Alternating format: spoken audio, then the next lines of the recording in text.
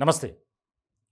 పాఠశాలలకు వెళ్ళి విద్యాబుద్ధులు నేర్చుకోవాల్సినటువంటి విద్యార్థులకు కొంతమంది ఉపాధ్యాయులు వారి సొంత పనులతో పాటు పాఠశాలలో అనేక రకాలుగా పనులు చెప్తున్నారు. మనం గతంలో చాలా సంఘటనలు ఇట్లాంటివి చూసాం. అలా చేయించిన వారిపై కొరడా కూడా జులిపించారు విద్యాశాఖ అధికారులు. అయినా సరే కొంతమందిలో మాత్రం ఎలాంటి మార్పు అనేది రావట్ల. మనం చూస్తున్నటువంటి ఆ స్కూల్ పిల్లలు ఆ స్కూల్ ఆవరణంతో పాటు క్లాస్ రూమ్స్ కూడా తొడవటం ఇప్పుడు ఒక రకమైనటువంటి విమర్శలకు తావిస్తుంది. ఉమ్మడి ఖమ్మం జిల్లాలో వైరాలో ఉన్నటువంటి ప్రభుత్వ పాఠశాలలో ఈ ఘటన జరిగింది. దానికి సంబంధించి అక్కడ ఉన్నటువంటి ఆయాలు ఉన్నారు, అలాగే ఆ క్లీన్ చేయటానికి సంబంధించినటువంటి సిబ్బందిని కూడా పెట్టారు. కానీ అక్కడ ఉన్నటువంటి ప్రధానోపాధ్యాయురాలతో పాటు టీచర్స్ కూడా ఆ పిల్లలకు ఇలాంటి పనులు చెప్పడం, ఆ గ్రౌండ్తో పాటు క్లాస్ రూమ్స్ కూడా తుడవాలి. దీనికి సంబంధించి టైం టేబుల్ కూడా వేశారు. కొంతమంది విద్యార్థులు ఈరోజు, రేపు మరికొంతమంది, అట్లా డిఫరెంట్ సెక్షన్స్ నుంచి స్టూడెంట్స్ని ఏర్పాటు చేశారు. మరి వీళ్ళు ఏం చేస్తున్నారు? స్కూల్ క్లీన్ చేయడానికి, వాటర్ పెట్టడానికి, తదితర పనులు చేయటానికి జీతాలు ఇచ్చి ప్రభుత్వం ఏర్పాటు చేస్తుంది. వారితో చేయించకుండా పాఠశాలలో ఇదిగో ఇలా. దీనికి సంబంధించి విషయం బయటకు వెళ్ళడంతో అక్కడికి కొంతమంది మీడియా ప్రతినిధులు చేరుకున్నారు. ఆ యొక్క దృశ్యాలను చిత్రీకరిస్తుంటే అక్కడ ఒక టీచర్ చూడండి ఎలా మాట్లాడిందో. ఓడవడానికి స్కూల్కి వచ్చేవాళ్ళు, ఓడవడానికి స్కూల్కి వస్తున్నారు వాళ్ళు పిల్లలు. ఎవరు లేకపోతే పిల్లలతో ఊడిపిస్తారా మేడం? ఎవరు లేకపోతే పిల్లలతో ఊడిపిస్తారా మీరు?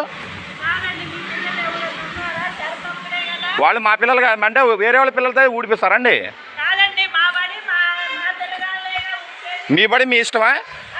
ఓకే ఓకే ఓకే మేడం, మీ బడి మీ పిల్లలతో ఊడిపిస్తారు అంతేగా? ఓకే ఓకే, ఇప్పుడు ఊడిసేది కాదు, మీ బడి మీ ఇష్టం, పిల్లలతో ఊడిపిస్తారు అంతేగా? ఓకే, ఎంఈఓ గారికి ఫోన్ చేస్తాను. పిల్లలతో ఊడిపించేది స్కూల్కి రావడానికా దేనికండి? మీ స్కూల్కి ఏంది? స్కూల్కి మీకు అంటే ఏ రకమైనటువంటి వ్యవహార శైలితో వెళ్తున్నారు అనేది మనం ఇక్కడ అర్థం చేసుకోవాలి. చిన్నపిల్లల వారు, అది ప్రాథమికోన్నత పాఠశాల. ఇలాంటి సందర్భంలో ఆ యొక్క విద్యార్థులతో పనులు చేయించడం, స్కూల్లో తరగతి గదులు, అలాగే ఆ గ్రౌండ్ కూడా క్లీన్ చేయించడం. ఆ మధ్య అయితే ఆ గోడలకి, క్లాస్ రూమ్లో ఉన్నటువంటి ఆ గోడలకు పట్టినటువంటి బూజులు ఇవన్నీ కూడా క్లీన్ చేయించారట. మరి అలాంటి సందర్భంలో టేబుల్ ఎక్కి పిల్లలు కింద పడిపోతే దానికి బాధ్యులు ఎవరు? అంటే ఏ రకమైనటువంటి ఆ స్వభావానికి వెళ్తున్నారు అనేది ఇక్కడ మనం అర్థం చేసుకోవాలి. దీనికి సంబంధించి గతంలో అదే స్కూల్లో చాలా ఘటనలు ఇలాంటివి జరిగాయి, అయినా కూడా మార్పు రావట్ల. దీనికి సంబంధించి విద్యార్థుల తల్లిదండ్రులతో పాటు విద్యార్థి సంఘ నాయకులు కూడా తీవ్రమైనటువంటి ఆరోపణలు చేస్తున్నారు. అక్కడ వెసులుబాటు అంటే ఏర్పాటు చేశారు, వారికి ప్రత్యేకంగా జీతం కూడా ఇస్తుంది గవర్నమెంట్. వారితో పనులు చేయించకుండా వారితో సొంత పనులు చేయించడం, పిల్లలతోనేమో స్కూల్లో పనులు. ఇంకా టీచర్స్కి కావాల్సినటువంటి వాటినన్నిటినీ పిల్లలే చూడాలి.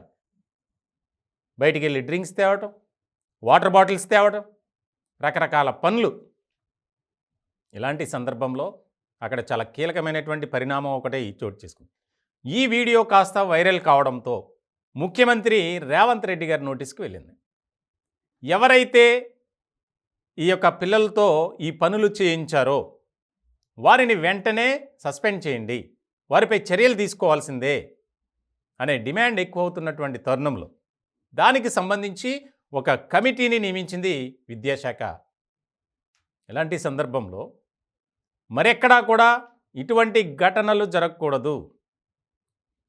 బీఆర్ఎస్ అధికారంలో ఉన్నప్పుడు 10 ఏళ్ల పాటు ప్రతి చోట ఇలాంటివే చూసాం, కానీ కాంగ్రెస్ పాలనలో అటువంటివి జరగకూడదు అనేది మెయిన్ ఆదేశంగా జారీ చేశారు. దీనికి సంబంధించి పిల్లలతో ఎవరైతే ఈ పనులు చేయిస్తున్నారో వారిపై ఖచ్చితంగా వేటు పడే అవకాశాలు కనిపిస్తున్నాయి. ప్రస్తుతానికైతే వారి నుంచి ఎక్స్‌ప్లనేషన్ తీసుకోబోతున్నారు.